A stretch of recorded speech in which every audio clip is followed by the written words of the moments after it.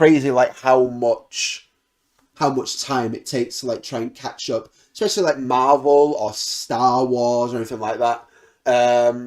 And I've got a list here of everything that Disney currently owns. Oh, wow, yeah.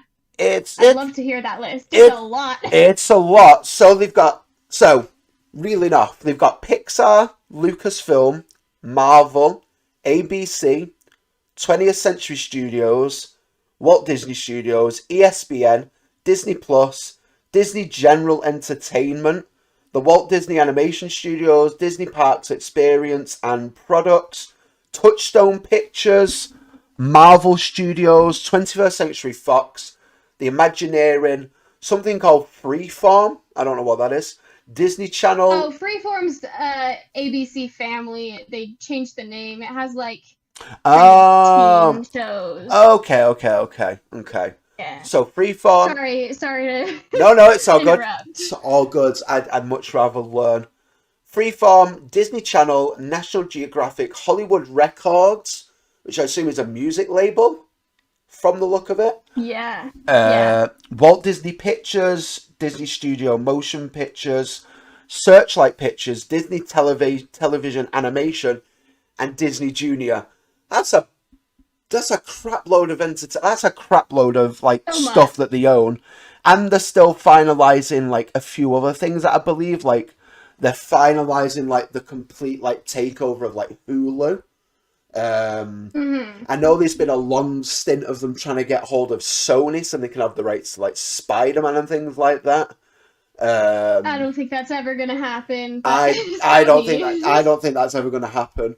But there's a lot more as well. They have like, is it? Oh no, because that'll come under Fox. I'm thinking of like, is it called Blue Light Animation?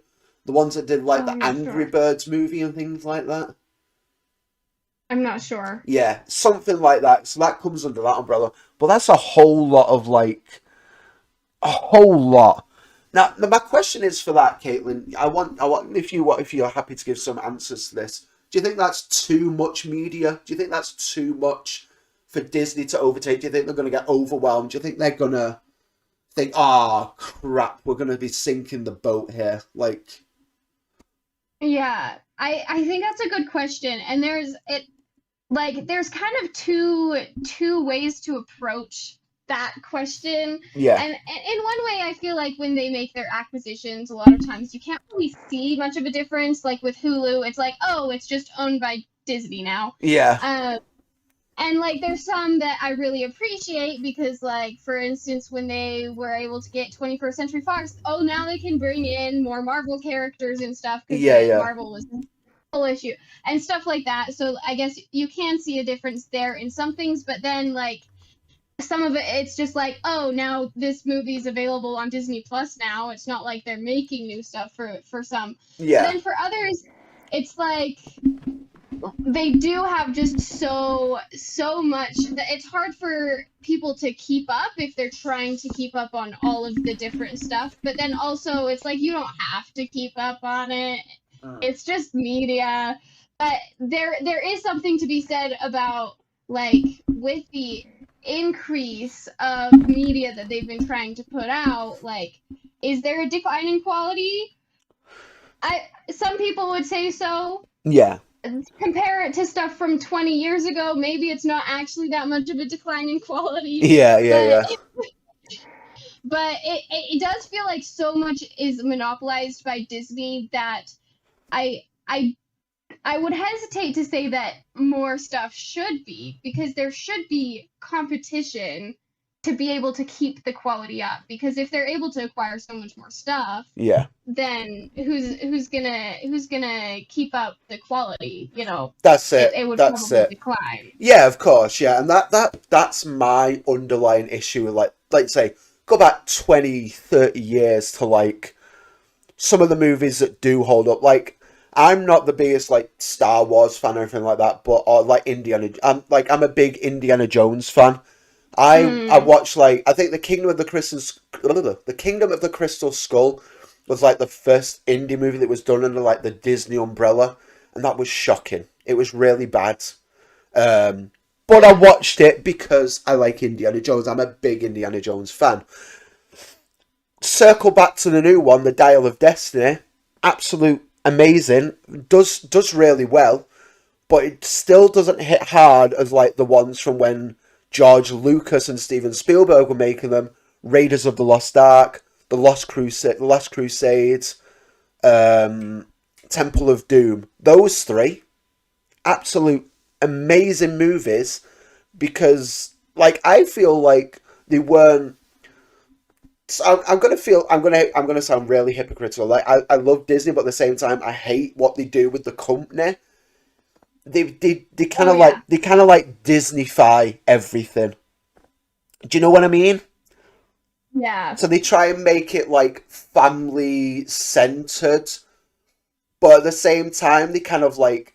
So if you went back to like the Raiders of the Lost Ark and compared it to the Dial of Destiny, of course Raiders of the Lost Ark is gonna be like the better one.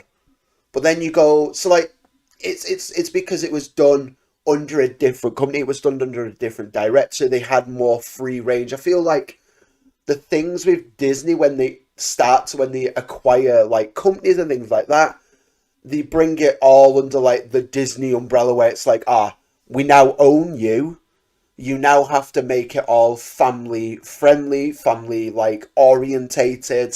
You have to make it appealing to all ages. And I feel like I'm not the biggest Star Wars fan either, but I will watch like the first three original movies, like the A New Hope, Turn of the Jedi, and Emperor Strikes Back. I'll watch those three because they're really really good. But then you compare it to like episode 7. I watched episode 7, I think like a couple of months, and I was like, that's enough Star Wars for me. I don't want to watch anymore now because I knew Disney owned it and I knew Disney would just pump out and pump out and pump out. And slowly it started to decrease and became a little bit worse for wear and repetition. And it was like, yeah, obviously you want to finish a story that's been told, from the minds of like George Lucas and things like that. But at the same time, just leave it be. Just let it be. Um, but yeah, Yeah, I feel like there's, and not just Disney, but like most media companies right now, it feels like they have this culture of almost like squeezing a dry sponge. It's like oh yeah, there's oh yeah. it's done, It's but they're done. just trying to get the more money out, as much money out of it. Yeah. And some of it ends up being good. Like I'd say honestly, out of all Star Wars content ever, Mm, including the original trilogy, yeah. that The Mandalorian is the best Star Wars Oh, content I've out heard there. amazing things about the Mandalorian. It's meant to be really good. Oh yeah, it's so good. Yeah. But like it's almost like they're just throwing everything against the wall and seeing what sticks. Oh yeah, it's And so there's literally. some stuff that does, and that's really good, but then it averages out, and there's a lot of stuff that's not, you know. Oh yeah, 100%. Yeah, 100%. It's literally like they've got a dartboard in a conference room, like a giant The Price is Right wheel, and just like spin that wheel, and it's just like poof. Right, let's make a series about a pillow that can talk. Great. You know what I mean? Like it's Yeah, so yeah, bizarre, and they're like, right, what can we do with it? Let's tie it into the I don't know, let's tie it into the universe of Marvel. Let's have Pillow Man in the universe. You know what I mean? Like, oh, I don't know, yeah. man. It's crazy, man. Like I think that Disney, like from my perspective, they are controlling too much media and they don't know what to do with it. Like you say, the squeezing a dry sponge.